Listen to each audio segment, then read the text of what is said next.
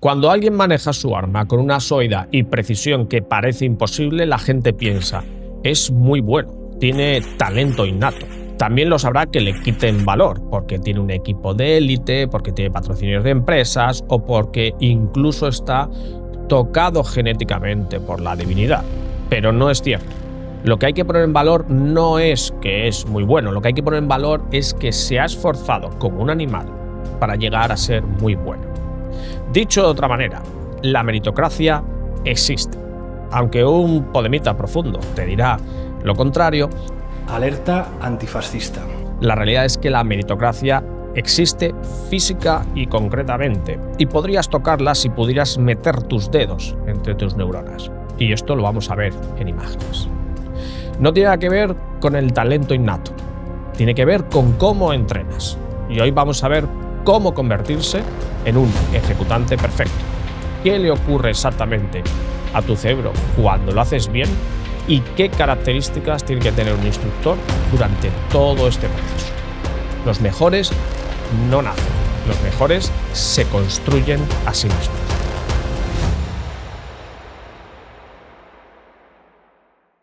La mayoría de la gente empieza a entrenar en seco, hace más o menos lo mismo, repeticiones a cholón, una detrás de otra, sin foco, sin dirección, semanas o meses de repeticiones, y luego se preguntan por qué no mejoran como esperaban o por qué en el campo de tiro las cosas siguen fallando más o menos de la misma manera. El problema es la calidad de la atención consciente que pones en cada repetición. Daniel Coyle, en su libro The Talent Code, lo llamó el punto dulce, ese estado de concentración máxima en la ejecución donde estás completamente presente en lo que estás haciendo, enfocado en cada detalle. Anders Ericsson lo desarrolló científicamente y lo llamó práctica deliberada. Y no es un concepto abstracto, tiene una estructura muy concreta de 5 elementos. El primer elemento, un estándar establecido. Antes de fijar cualquier objetivo, necesitas saber hacia dónde apuntar tu entrenamiento. Ericsson lo pone como condición previa. La práctica deliberada requiere que existan estándares ya establecidos sobre cómo se hace bien. No puedes entrenar deliberadamente hacia ningún sitio. Necesitas un modelo validado al más alto nivel. En el tiro, ese modelo puede ser la competición. De ahí es de donde se extraen los estándares. Cómo es una plataforma de tiro correcta, cómo moverse eficientemente, qué tiempos son referencia en cada distancia. La competición no es solo un evento deportivo, hay que verlo como un laboratorio de pruebas de tiro donde se actualizan los estándares y se depuran continuamente. Tu práctica deliberada tiene que apuntar hacia esos estándares. Sin ese norte, puedes llevar años entrenando algo que ni siquiera se acerque a cómo hacerlo bien. El siguiente elemento, objetivos específicos. Fijas una meta ligeramente por encima de lo que ya controlas, lo suficientemente exigente para que haya mejora, lo suficientemente alcanzable para que no sea una quimera desesperante. El entrenamiento debe ser un entrenamiento antifrágil. Un entrenamiento antifrágil es el entrenamiento que se beneficia del desorden. El desorden es incómodo. Cuando estás incómodo, te desajustas. Desajustado, cometes errores. Los errores te muestran dónde está el margen de mejora y el margen de mejora te está marcando tu objetivo específico. Cuando un entrenamiento es demasiado fácil, el cerebro no tiene razón para cambiar. Es un entrenamiento frágil. Te mantiene cómodo, pero nadie logró nada importante en la vida permaneciendo cómodo. Por lo tanto, sé concreto, afronta la verdad, no te mientas a ti mismo y diseña un entrenamiento antifrágil. El tercer elemento, repetición enfocada.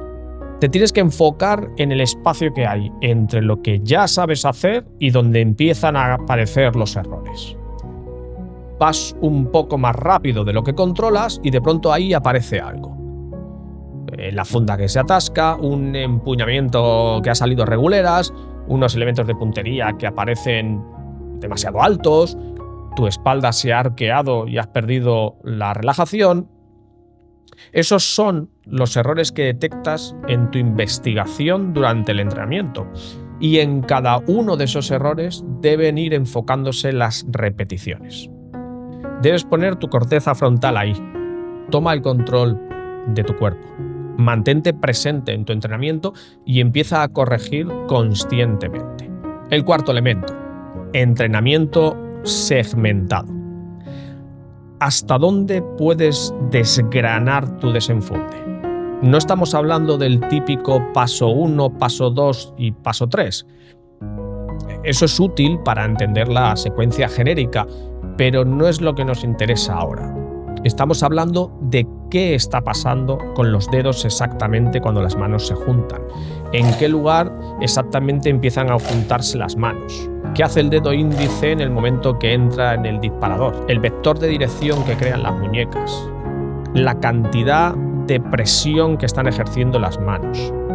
Este es el nivel de granularidad que separa a alguien que mejora de alguien que simplemente se mantiene acumulando horas. No estás tratando de ganar el campeonato del mundo de horas de tiro en seco. Estás inmerso en una investigación para encontrar los minúsculos márgenes de mejora donde la meritocracia existe. El quinto elemento, análisis y ajuste. Así como cierras un entrenamiento, comienzas el siguiente. Ejecutas, lees los resultados, no solamente en la silueta, sino toda la imagen completa. Cómo llegaste con el empuñamiento, se movió, cómo se movió, en qué fase del disparo lo perdiste, cómo te sentiste durante todo el día de entrenamiento, qué cosas pasaron por tu cabeza. Uno acaba a veces estas sesiones y se va cabreado como una mona para casa porque no ha salido todo bien. No es agradable, pero es así y siempre debe ser así. Si no estás fallando, no estás entrenando. Ahora que has detectado los errores, puedes analizarlos y que sirvan para programar la siguiente sesión de entrenamiento. Todo esto lo hacemos para crear lo que Erickson llamaba representaciones mentales. Si interiorizas lo que son, vas a ver tu entrenamiento de una manera completamente diferente. Por ejemplo, cuando yo digo tirar del disparador en el eje longitudinal del arma, cada uno está imaginando algo ligeramente diferente. Uno está pensando en la presión de la yema del dedo hacia atrás, otro en cómo el dedo se apoya en el talón de la mano, otro está visualizando el movimiento completo desde fuera. Steven Pinker, lingüista cognitivo, llama a estas imágenes internas abstracciones mentales. Cada uno tiene las suyas, en función de cómo entiende el mundo, en función de cómo las verbaliza, en función de su experiencia. Eso, como veremos después, tiene consecuencias directas en cómo un instructor puede o no enseñarte. Antonio Damasio, neurocientífico conocido entre otras cosas por su trabajo sobre cómo la emoción y el cuerpo participan en cada decisión que tomamos, las distingue en dos tipos: representaciones disposicionales, las que evocas antes de ejecutar, y representaciones perceptuales, las que se activan durante la ejecución. Detectar esta convergencia depende de la atención consciente que pongas. En resumen, la práctica deliberada, con toda su atención puesta en la ejecución segmentada, sus objetivos específicos, es la manera más eficiente de construir estas representaciones mentales. Estas representaciones mentales no son algo etéreo que vive dentro de tu cabeza, una idea rebotando de lado a lado. No. Estas representaciones mentales, si pudieras meter los dedos entre tus neuronas, las tocarías. La práctica deliberada te permite ser el arquitecto de tu plasticidad cerebral. La plasticidad cerebral es la capacidad del cerebro para reorganizarse físicamente en respuesta a la experiencia. es una adaptación. Es el proceso biológico de la meritocracia que ocurre cada vez que entrenas con atención consciente. Dos mecanismos principales. El primero, la mielinización. Las neuronas se comunican unas con otras a través de los axones. Cuando disparas una secuencia de movimientos de forma repetida, con la atención puesta en esa ejecución, los axones implicados liberan glutamato. Los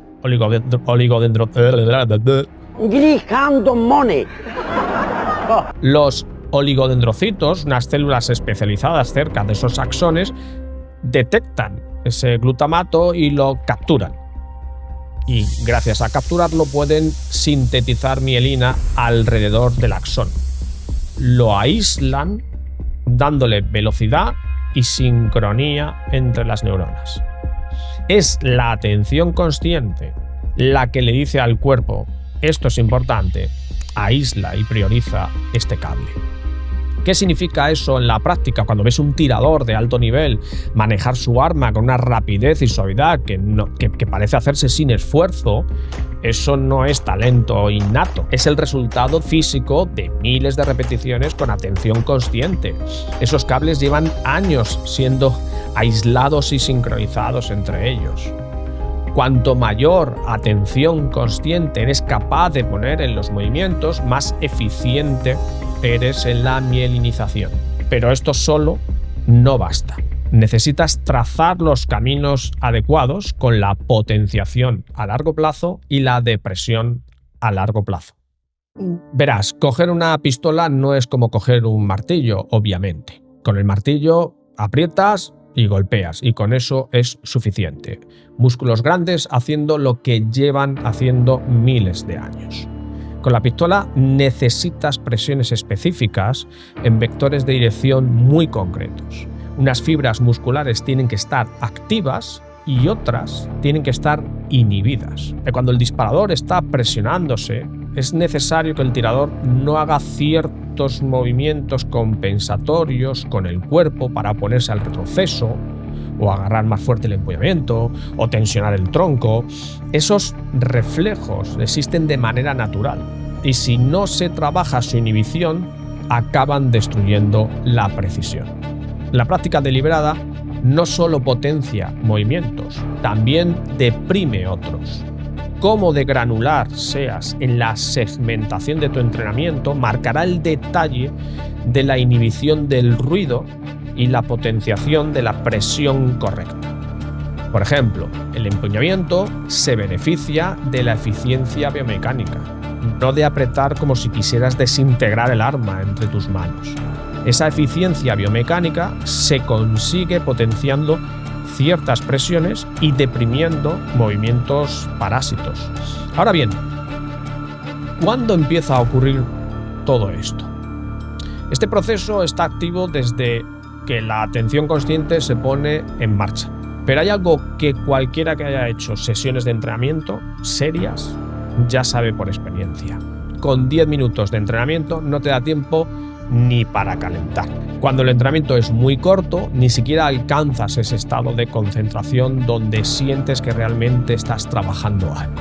Hay un estudio reciente de la Universidad de Tel Aviv que midió exactamente este proceso. Los cambios microestructurales en el cerebro durante el aprendizaje motor, en tiempo real, mientras los sujetos entrenaban. Y lo que muestra es que esos cambios se producen desde el inicio, pero la pendiente se acelera claramente en torno a los 15 minutos. Antes de ese punto, el proceso existe tenuemente. Después, se dispara. Eso que el estudio mide con resonancia magnética es lo mismo que sientes cuando llevas 20 minutos bien concentrado, que la atención fluye. Así que 5 minutos de tiro al seco al día no son suficientes. Es mejor que nada, estamos de acuerdo, pero no es suficiente. Si vas a entrenar de verdad, haz al menos 20 o 30 minutos, porque por debajo de su umbral no estás sacando todo el partido al proceso que acabamos de ver de plasticidad cerebral. La práctica deliberada tiene un coste. La atención consciente que necesita todo esto viene de la corteza frontal. Es la estructura más moderna de nuestro cerebro, evolutivamente hablando, que nos da la agencia sobre dónde ponemos la intención de nuestra vida, la que nos permite enfocarnos en un segmento concreto del movimiento y detecta el error. La corteza frontal tiene un gasto metabólico enorme cuando está trabajando a pleno rendimiento. Por eso es mejor entrenar por las mañanas cuando estás fresco.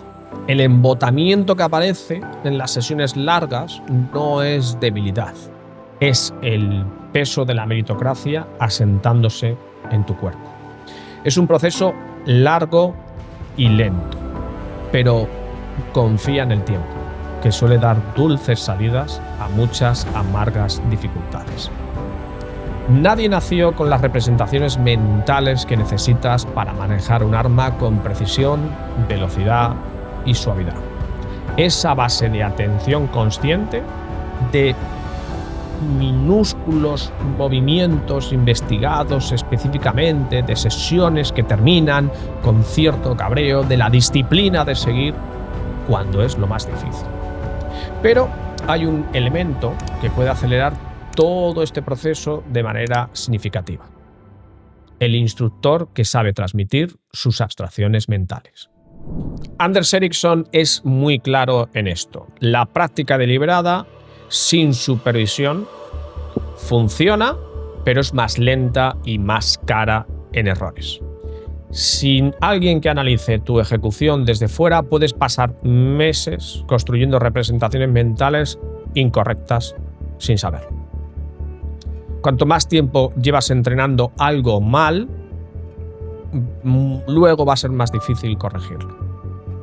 No es que no vayas a mejorar entrenando sin un instructor, puedes hacerlo, pero vas a tardar más.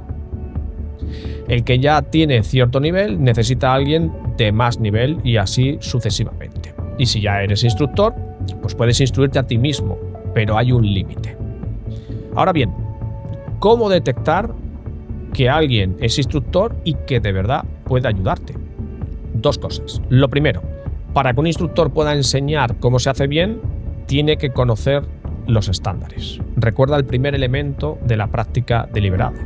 El estándar no es arbitrario, lo fijan los mejores.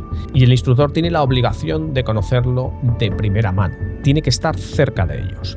Y la manera de estar cerca de los estándares es competir. No como opción, como requisito. ¿Sí? Bueno. En fin, eso es lo que tú opinas, tío. Los resultados son lo de menos. No hace falta ganar.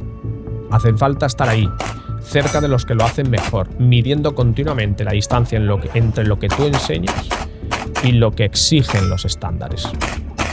Lo segundo, un instructor debe traducir sus propias representaciones mentales a un lenguaje hablado que puedas interiorizar. Si no puede hacer esa traducción, si solamente puede ejecutar pero no explica de manera que el resto lo entiendan, pues no es un instructor. Es alguien que sabe hacer algo, pero que por desgracia no sabe enseñar. El ciclo de trabajo de un instructor tiene una estructura concreta.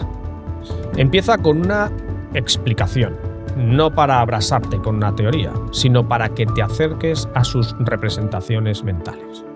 Después viene la demostración, no para lucirse, sino para que veas una imagen global del movimiento que vas a intentar imitar. Después viene tu ejecución, que posiblemente va a contener errores. Entonces llega la corrección y el análisis individualizado. Y después la repetición, orientada a que encuentres visualmente el error después de la corrección. Ese último punto es importante. El objetivo es que evoques representaciones mentales disposicionales y ejecutes representaciones mentales perceptuales, y que ambas sean lo más parecidas posible.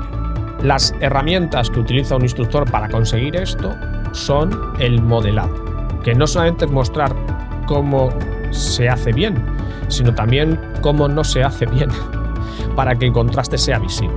Ese contraste, al ser visible, te ayuda en tu investigación. La aproximación inductiva o deductiva en función de la persona. La individualización, porque cada persona verbaliza las abstracciones mentales de manera diferente y está en un nivel distinto del camino y te tienes que adaptar a él. La progresividad, se explica cada paso en el momento adecuado, ni más ni menos.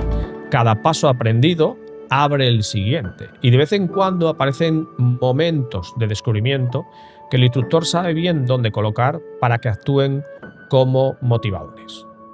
Dicho de otra manera, la formación debe estar guionizada. Esta es la estructura sobre la que construir tu entrenamiento, pero recuerda que nadie te va a regalar las representaciones mentales. Las construyes tú con disciplina y atención consciente. Y ahora dime una cosa, ¿tu entrenamiento actual te está incomodando lo suficiente para ver tus errores o estás repitiendo lo que ya controlas? ¿Diseñas un entrenamiento frágil o un entrenamiento antifrágil? Déjamelo aquí en comentarios.